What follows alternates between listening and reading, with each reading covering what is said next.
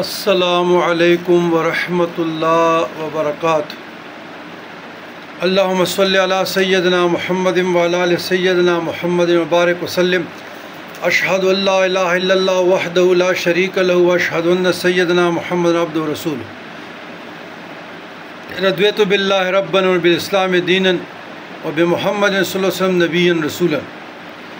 سوال: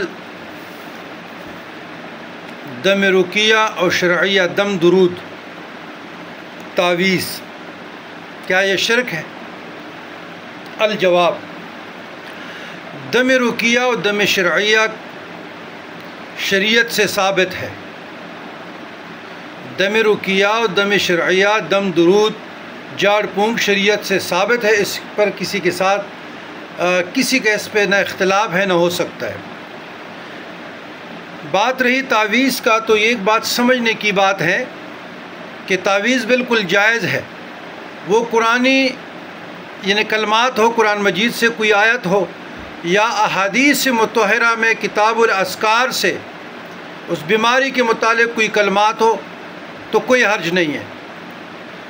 تو یہ جو غیر مقلدین ہیں نا جی کہ تعویذ گلے میں لٹکانا شرک ہے، تو ان کے پاس کوئی ایسی دلیل نہیں ہے جو وہ جس تمیمے کی بات کر رہے ہیں وہ تعویذات تھے جو اسلام سے پہلے اس میں شرکیہ اور کفریہ کلمات ہوتے تھے۔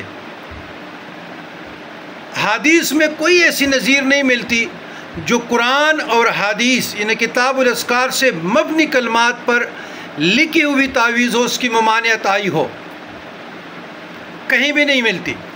اس پر جناب کراچی کے زینت الفقہاء مفتی محمد اکمل مدنی رحمۃ اللہ دامت برکاتہم العالیہ کا ڈیٹیل سے کیا تعویذ پہننا شرک ہے، ڈیٹیل پہ سے آپ سوشل میڈیا فیس بک یوٹیوب پہ جائیں اور آپ وہ ڈیٹیل سے سنیں۔ دوسری بات، اہل حدیث کے پائے کے عالم دین، مثبت عالم دین اور اتحاد المسلمین کے داغی ہمارے فیصل آباد کے مولانا محمد اسحاق مدنی جالوی رحمۃ اللہ علیہ رحمان پائے کے عالم دین تھے۔ آپ سوشل میڈیا پہ سرچ کریں، یوٹیوب پہ، فیس بک پہ، اور اس نے کہا کہ جو قرآنی کلمات ہو، جو احادیث سے ثابت ہو، اس میں یعنی منتر جنتر اور یہ مندرے وغیرہ نہ ہو تو یہ بالکل جائز ہے۔ تعویذ گلے میں ڈالنا جائز ہے، کوئی شرک نہیں ہے، کوئی بدعت نہیں ہے۔ اب آتے ہیں جناب، اب میں آپ لوگوں کو بتا رہا ہوں کہ علامہ محمد یعنی نواب صدیق حسن خان بھوپالی رحمۃ اللہ علیہ اہل حدیث کے پائے کے عالم دین گزرے ہیں۔ اس نے کتاب لکھی الداء والدواء، اور محمدی کتب خانہ لاہور والوں نے شائع کی ہے، اس کا ترجمہ بھی شائع کیا ہے۔ غالباً بشیر نعمانی ہے کوئی ہے، اس نے اس کا ترجمہ کیا ہے کتاب التعویذات کے نام سے، وہ آپ پڑھیں جو غیر مقلدین کے لیے کافی ہے۔ اب غیر مقلدین کا رولہ کیا ہے؟ ہم تو سنتے ہیں جب قبرستان جاتے ہیں تو وہ کہ جی قبرستان میں پڑھنے کے لیے کوئی حدیث نہیں ہے صالح ثواب کے لیے کہ ہم پڑھیں۔ وہ بابا اگر اس صالح ثواب کے لیے کوئی قرآن مجید کی آیت نہیں ہے تو پھر یہ جو سورۃ یاسین کی فضیلت ہے اور سورۃ تبارک الذی کی فضیلت ہے اور کتاب ضیاءۃ القبور میں اس کے قبروں سے سننے کی جو آوازیں آ رہی تھی، ان حدیثوں کے ساتھ کیا کرو گے؟ کیا آپ ممانعت میں کوئی حدیث، کوئی بھی حدیث، کوئی بھی غیر مقلد مجھے بتا دیں کہ قبرستان میں قرآن مجید فرقان حمید کی تلاوت منع ہے، فلانے صحابی سے یہ روایت ہے، ہم پڑھنا چھوڑ دیں گے۔ کوئی غیر مقلد ہمیں یہ بتائیں کہ آپ تبارک الذی، آپ سورہ یاسین، آپ سورہ اخلاص، سورہ زلزال، یا آپ سورہ تکاثر، فاتحہ، درود شریف، استغفار، دعائے مغفرت، دعائے بخشش کرتے ہیں، یہ پلانے حدیث اور ریفرنس ہے، بے شک ضعیف کیوں نہ ہو مجھے بتا دیں، ہم پڑھنا چھوڑ دیں گے۔ لوگوں کو ویسے گمراہ کر رہے ہو۔ جناب بعض لوگ سورۃ بقرہ کی بات بتا رہے ہیں کہ اپنے گھروں کو قبرستان نہ بناؤ اور آپ سورۃ بقرہ گھر میں پڑھا کرو، تو اس سے یہ دلیل لیتے ہیں کہ قبرستان میں یہ پڑھنا بہت پائے کہ اہل حدیث کے عالم دین کی بکواس کر رہا ہے کہ یہ وہ قبرستان گھروں کو نہ بناؤ، تو اگر قبرستان میں پڑھنے کا حکم ہوتا تو حضور تعلیم کرتے۔ ایسے بڑے پائے کے عالم دین جاہل لوگ۔ او بھائی یہ حدیث تو قبرستان کے لیے نہیں آئی، یہ تو گھروں کے لیے آئی کہ گھروں میں بھی قرآن کی تلاوت، نوافل، ذکر اذکار ہونی چاہیے تاکہ اللہ کی برکت رحمتوں کو نزول ہو۔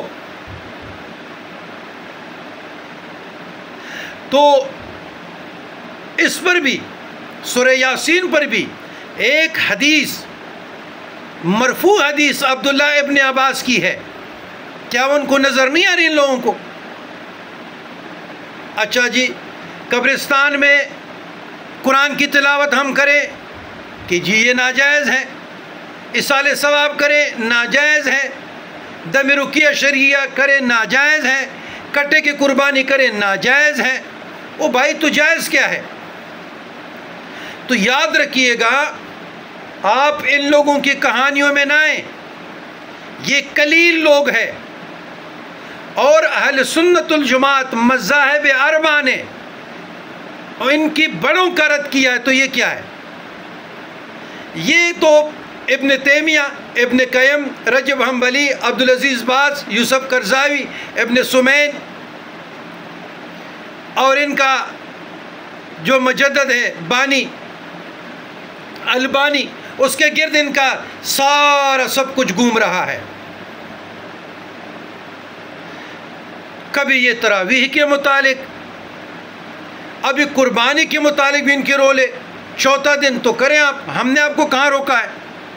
تو میرے بھائیوں یاد رکھیے گا تعویذ، دم رقیہ شرعیہ جائز ہے، حدیث میں کہیں ممانعت نہیں ہے، گلے میں بھی لٹکا سکتے ہیں۔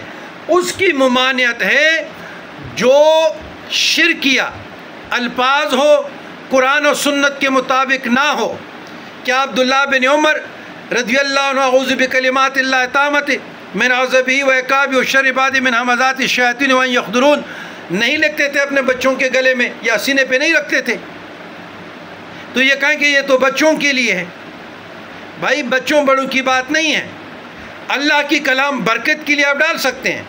اور ابھی الدواء والدعاء کتاب التعویذات اہل حدیث کے پائے کے عالم دین نواب محمد صدیق حسن خان بھوپالی کو آپ لوگ پڑھیں، پھر بات کریں کہ یہ شرک ہے یا نہیں ہے۔ آپ مفتی اکمل مدنی صاحب کو پڑھیں، ان کی ویڈیو کو سنیں۔ آپ اہل حدیث کے پائے کے عالم دین مولانا محمد اسحاق مدنی رحمۃ اللہ علیہ کی تعویذ و دم درود کے متعلق سنیں، پھر بات کریں۔ اور ابھی آتا ہوں فائدہ تامہ، یہ میرے ہاتھ میں ہے اعمال قرآنی، یہ کس نے لکھی ہے؟ مولانا محمد اشرف علی تانوی رحمۃ اللہ علیہ۔ سنیے احکر کو، یعنی مولانا اشرف علی تانوی صاحب کو، مرشدی و سیدی قطب مدینہ یعنی قطب المشائخ حاجی امداد اللہ ماجر مکی رحمۃ اللہ علیہ نے ارشاد فرمایا تھا کہ اشرف علی اگر کوئی حاجت مند تعویذ وغیرہ لینے آئے تو انکار مت کیا کرو، جو خیال میں آیا کرے لکھ دیا کرو۔ چنانچہ احکر کا معمول ہے کہ اس حاجت کے مناسب کوئی آیات قرآنی یا کوئی اسم الہی سوچ کر لکھ دیتا اور بفضلہ تعالی اس میں برکت ہوتی۔ چنانچہ ایک بی بی کی مانگ باوجود کوشش بار بار کی سیدھی نہیں نکلتی تھی۔ احکر نے کہا اہدنا الصراط المستقیم پڑھ کر مانگ نکالو، چنانچہ اس کا پڑھنا تھا کہ مانگ بے تکلف سیدھی نکل آئی۔ احکر نے یہ حکایت اس لیے عرض کی ہے کوئی اور طالب بھی اس معمول کو اختیار کرے تو امید نفع اور برکت ہے۔ تو یاد رکھیے گا یہ اتنے بڑے محدثین، بڑے بڑے مشائخ، بڑے بڑے جو لوگ گزرے ہیں، کیا ان کو قرآن و سنت کا پتہ نہیں تھا؟ صرف غیر مقلدین کو پتہ ہے۔ تو یہ جائز ہے، یہ جائز ہے، یہ جائز ہے، یہ جائز ہے۔ والسلام علی من اتبع الہدی۔